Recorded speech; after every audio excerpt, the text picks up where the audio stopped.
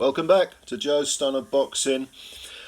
I want to talk about a dying art, the art of debate, because we live in an age of social media, buzzwords, you know, Twitter comments, which are, is it 149 characters long, that's all you're allowed, or whatever. Look, debate is important in society and in life and in boxing, because it's how we come to robust conclusions that are convincing and that can propel boxing or society forward. Debate is important, okay? And the art of it seems to be dead in the water. Now, it's always been dead in the water as far as a lot of people are concerned, because a lot of people don't want to debate. They have a set of beliefs. They just find it easier to hold on to certain ideas, to certain ideologies, and never question. So, for example, it's the difference between patriotism and jingoism. So a patriot will sometimes criticise their own country because they'll think, well, that's wrong to do that. You know, we can't do that. This is going the wrong way. We have to, amend this. We have to rectify it. Whereas a jingoist will just wave a flag and say, well, aren't we great and aren't I lovely? And you see this in boxing with, fanboys, Mayweather fanboys, Fury fanboys. They are almost a cult, which it's impossible to get through to, and it's best to just ignore them. Just ignore them. Don't feed the trolls. Just let them get on with it. But serious people who want to have an adult conversation, who want to debate, who want to try and get to the root of an issue, they're kind of out in the cold in the modern world because of all the nonsense that exists. There was always that element of it, and it came via the tabloid media, which they used to call them the red tops. And they had great significance in the old days. They don't now. The Sun, the Mirror, the Star, and even some of the broadsheets. They kind of dictated public narrative, or the narrative of anything, because they had that much power. They don't have it now, and you would have thought that would be a good thing. But actually, their role as purveyors of ignorance and, in some cases, well, a lot of cases, arrogance, has been taken over by a lot of I'm thinking of TalkSport in particular. Gareth A. Davies is not a journalist. Well, he is technically. I'm sure he studied journalism, but he's not. He doesn't behave like a journalist. There's nothing objective about him. There's nothing impartial about him. He doesn't ask the hard questions. Simon Jordan is another one. He has his agenda. Now, look, there's nothing wrong with having a set of beliefs and being, a polemicist, whether it's boxing or politics or social issues or anything. But you've got to back it up, and you have to be receptive to the idea that your beliefs might be amended if you're honest, because someone might come along and say, have you thought about this? So you go, okay, no, you're right. And that's called being an adult, okay, not a twat, not an insignificant infantile little twerp, okay. And I found myself sort of amending my views on one thing in boxing, which is the 12 rounds, 3 minutes for women in boxing. And I did a video of this a week or two ago. It's not that I've changed my mind. I haven't changed my mind. I still think, women should be allowed to fight 12 threes if they want to. And I don't see any evidence for it being more risky to women than it is to men. No evidence whatsoever. No scientific evidence, no research, proper research, not what passes for research, when you go to the University of YouTube and watch a couple of homemade videos and suddenly you think, oh yeah, I'm an expert. No, you're not. I'm talking about experts, people who've devoted their whole careers to this stuff, people who have devoted their whole lives, in some cases, to this stuff. And I know experts in the modern world have a, bad reputation because, person A's ignorance and stupidity is supposedly on a par with the people I've just described. Well, it isn't, but it's meant to be. And all the experts are all part of some great conspiracy or some bullshit. Now I hate that mentality. And again, I really can't be bothered to sort of talk to people like that. But getting back to this idea of women doing 12 3-minute rounds, we just had the Sano, Della, Ramos fight, which was a very, very good fight. Won you could say a whitewash. Certainly, the judges thought it was a whitewash for Serrano, but it was a fight that was, even though one woman was clearly the superior fighter, the other woman hung tough, did herself credit, and her stock has been raised because she really hung tough. She's a tough lady, Ramos, and also it gave Serrano the chance to show her skills over a longer period of time.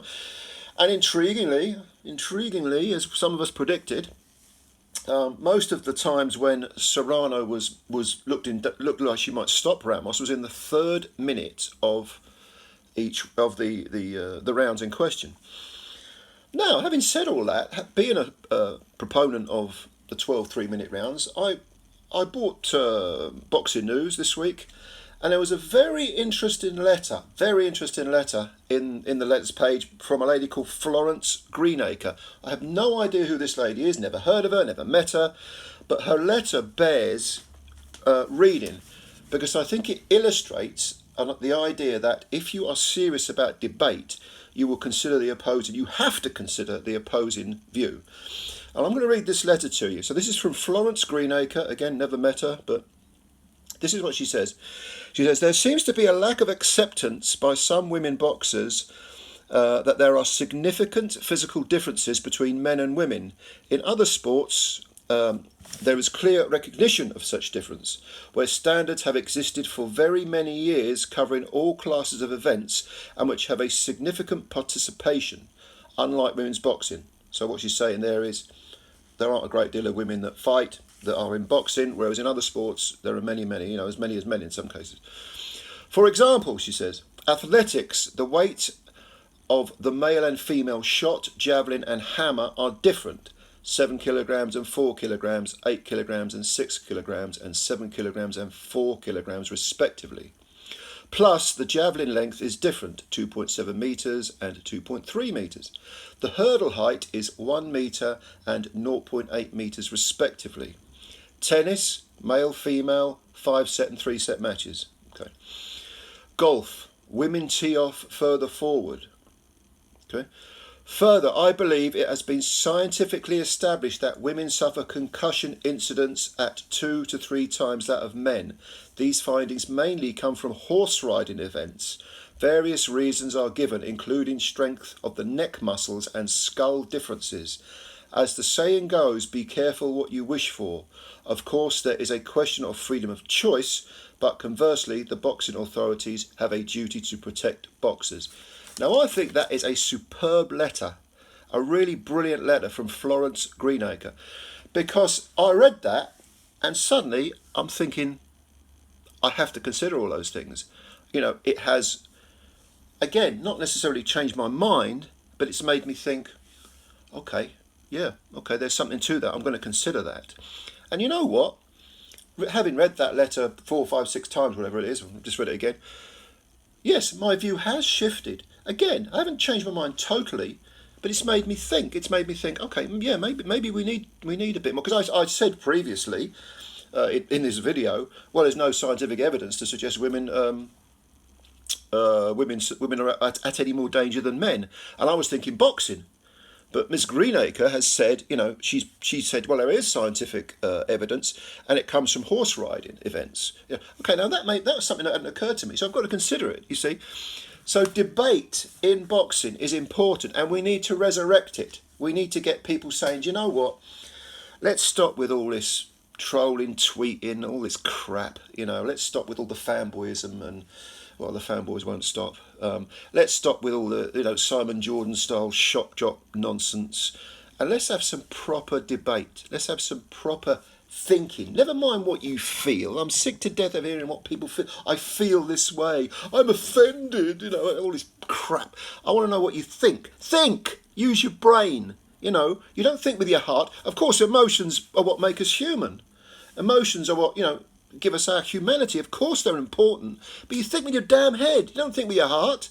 If you go through life making choices based solely on what your heart desires, you will come off second best.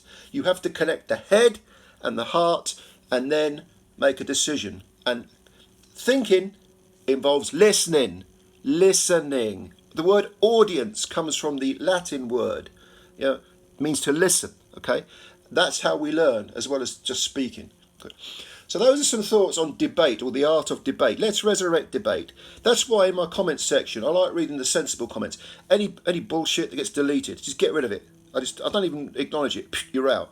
Out you go. Any insults, ad hominem attacks, don't bother me. I'm 56 years old. I've been around the block a few times. You know, you can insult me to my face in person.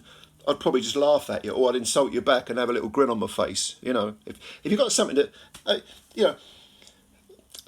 Yeah, I won't go in. I won't go into certain personal testimonies, but you know what I mean. Let's cut the nonsense. Let's talk seriously, like adults, about issues that we care about, including within boxing. All right. So if you've got any comments, leave them below, please do, and I'll answer them. Thanks for your time as always. Subscribe to the channel if you're new, and leave a like as well. That can help us out, and spread the word. Spread the word about Joe Stunner Boxing. Much love to you. Bye for now.